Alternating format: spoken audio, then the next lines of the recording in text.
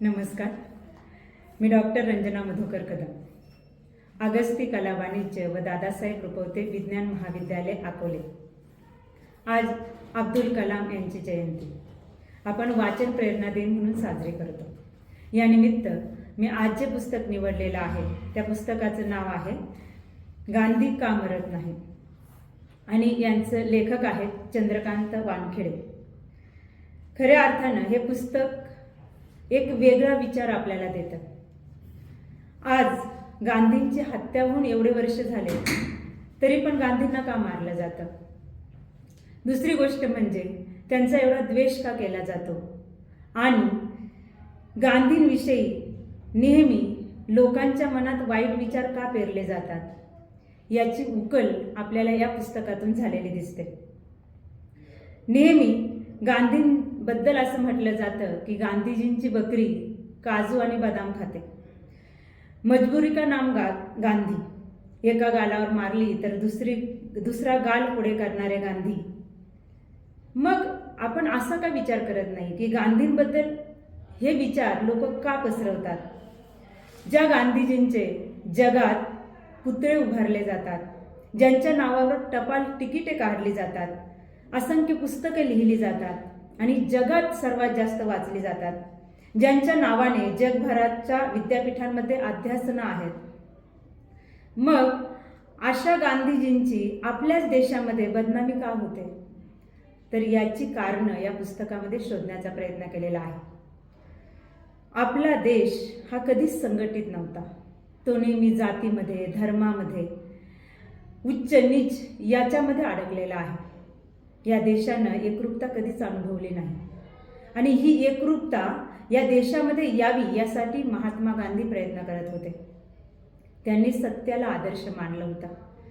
या देशातले सगळे भेद निघून जावेत, या देशातला शेवटचा माणूस आणि सर्वात वरचा माणूस एक व्हावा, यासाठी ते आयुष्यभर प्रयत्न करत राहिले आणि त्यांचे हे विचार विशिष्ट वर्गाला मान्य नव्हते आणि ज्या वर्गाला त्यांच्या विचारांमुळे धोका होता त्या वर्गाने त्यांच्याबद्दल द्वेष पसरवला आणि आपणही ते मान्य करत गेलो.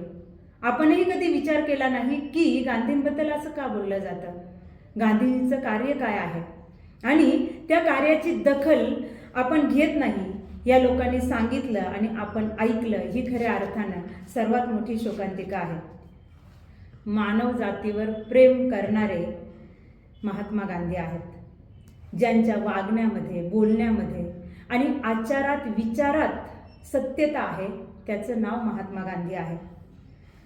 विकासाची कल्पना कधीच आयात केली जाऊ शकत नाही, हे त्यांचे विचार होते.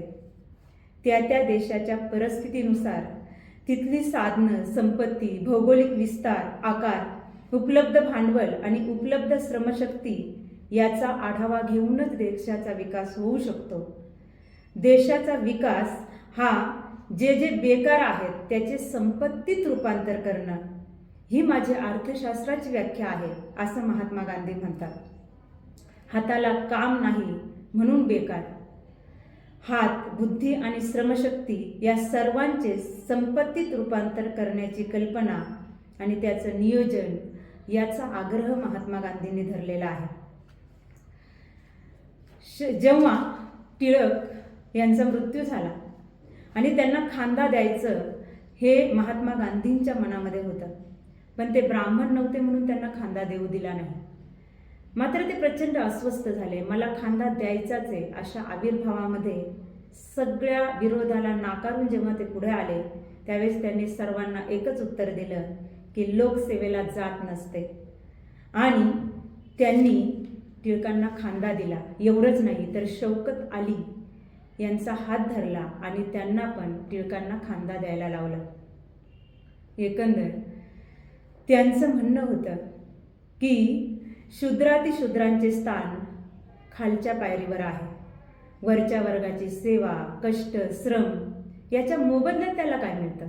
तर नीच स्थान, समाजात स्थान नाही, प्रतिष्ठा असण्याचा प्रश्नच नाही, मालमत्तेवर अधिकार नाही, त्याच्या स्पर्शाचा विटाळ, त्याच्या श्रमातून उत्पादित झालेल्या गोष्टी तुम्ही उपभोगता आणि श्रीमंत होता. हे मात्र कुठून आलं? म्हणजे या लोकांनी श्रम करायचे आणि इतरांनी श्रीमंत व्हायचं याचा त्यांना प्रचंड राग होता. त्यांचं म्हणणं होतं की जो निढळाचा घाम गाळून श्रम करतो त्याचीच या पृथ्वीवर मालकी असावी. त्यांच्यासाठी त्यांनी हे केलं म्हणजे एकंदर श्रमाला प्रतिष्ठा मिळावी यासाठी ते संघर्ष करत होते. जन्माच्या आधारावर मिळालेलं श्रेष्ठत्व त्यांना मान्य नव्हतं. कर्माच्या आधारावर ते माणसाचं श्रेष्ठत्व शोधत होते आणि हे लोकांना मान्य नव्हतं. हट्ट्याकट्ट्या माणसानं बांडगुळासारखं जगणं ही संकल्पना त्यांना मान्य नव्हती. आपल्याला महात्मा गांधींना विरोध करणारे अनेक लोक दिसतात. याच्यामध्ये ते म्हणतात की अनेक लोकांनी छोट्या माणसांना फुगून मोठं केलं आणि अनेक मोठ्या माणसांना टोचून टोचून अगदी बळीचा बकरा केला आणि त्यांचे हे विचार खऱ्या अर्थानं आपण समजून घेतले पाहिजेत. गांधींनी मानव जातीला समूहाच्या संघर्षाचं एक अभिनव आणि सुसंस्कृत साधन दिलं. गांधींना मानणारे भोकर गांधींनी आज मिठाचा सत्याग्रह केला, उद्या हळदीचा करतील, परवा तिखटाचा करतील असं उपरोधानं म्हटलेलं आहे. खऱ्या अर्थानं बुद्धिमत्तेनं सत्याग्रह ही जगाला दिलेली सर्वात मोठी देणगी आहे हे आज आपल्याला कळतंय. हिंदुस्थानातील विविध समाज समूह त्यांच्यामुळे जवळ आले. पूर्वी कोणामुळेही एवढा समाज एकत्र आला नाही. सर्व जातीचा धर्माचा समाज एकत्र आला नाही, तो गांधीजींमुळे एकत्र आला. आणि त्यांचं म्हणणं होतं की आपली मुक्ती केवळ शेतकरीच करू शकतो, वकील, डॉक्टर, जमीनदार नाही. आणि म्हणून त्यांना सर्व लोकांमध्ये समानता आणायची होती. गांधींचा हेतू मुसलमानांचे हिंदूकरण करण्याचा असे त्यांच्यावर टीका झालेली आपल्याला दिसून येते. इथं आपल्याला एक गोष्ट लक्षात घ्यावी लागेल की जिनांनी एकदा बख्तियार यांना असं म्हटलं होतं की मला जर कुणाची भीती वाटत असेल तर ती फक्त गांधीजींची भीती वाटते. इथं अजून एक गोष्ट आपल्याला लक्षात घ्यावी लागेल की गांधीजी म्हणतात एका गालावर मारल्यावर दुसरा गाल पुढे करावा. याचं उत्तर असं आहे की हरिजन सेवा संघामध्ये जेव्हा ते काम करत होते त्यावेळेस ते असं म्हटले होते की जर या हरिजनांवर आजपर्यंत इतके अत्याचार झालेले आहेत की त्यांनी जर माझ्या एका गालात मारलं तर मी दुसरा गाल पुढे करेल, पण फक्त गालात मारून त्यांच्यावर झालेले अन्याय मी पुसू शकत नाही. एवढंच नाही तर अजून एक गोष्ट आपल्याला लक्षात घ्यावी लागेल की जेव्हा आंबेडकर जे आहेत, आंबेडकर पहिल्या गोलमेज परिषदेत आंबेडकरांनी गांधींवर प्रचंड टीका केली आणि सगळे लोक अस्वस्थ झाले.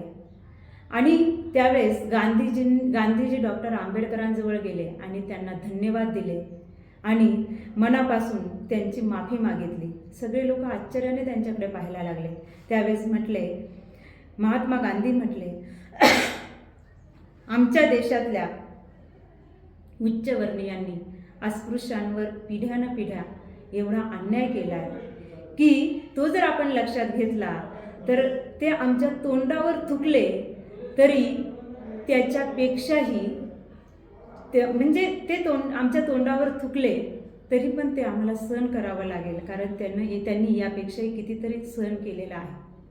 म्हणून डॉक्टर आंबेडकर नेहमी म्हणायचे की तुम्ही मला जसं समजून घेता तसे तुमचे जे अनुयायी आहेत ते मला समजून घेत नाहीत. जेव्हा डॉक्टर आंबेडकरांनी दुसरा विवाह केला त्यावेळेस त्यांना प्यारेलाल भेटले होते. तेव्हा आंबेडकर म्हटले जर बापू असते तर त्यांना किती आनंद झाला असता. म्हणजे इथं हे पुस्तक आपल्याला असं सांगतं की आपण गांधीजींना जाणून न घेता, त्यांचे विचार लक्षात न घेता, त्यांच्याबद्दलची विधानं केली जातात ती विधानं आपण सहन करतो आणि आपणही तशीच टिंगलटवाळी करतो. आपल्या इतके दुर्दैवी दुसरं कोणी नाही. हे पुस्तक आपल्याला खऱ्या अर्थानं गांधीजींना समजून घ्यायला भाग पाडतं. त्यांचं श्रेष्ठत्व उलगडून दाखवतं. आणि खोटारडे लोकांचा खोटेपणा हे पुस्तक आपल्याला दाखवून देतं. आणि गांधीजींना फक्त वरवर न पाहता त्यांच्या विचारांचं श्रेष्ठत्व, त्यांच्या आचारांचं श्रेष्ठत्व आणि जग त्यांना का मानतं हे आपण समजून घेतलं पाहिजे. आणि त्यासाठी हे पुस्तक अत्यंत महत्त्वाचं आहे. सर्वांनी वाचावं असं हे पुस्तक आहे. एवढं बोलून मी थांबते. धन्यवाद.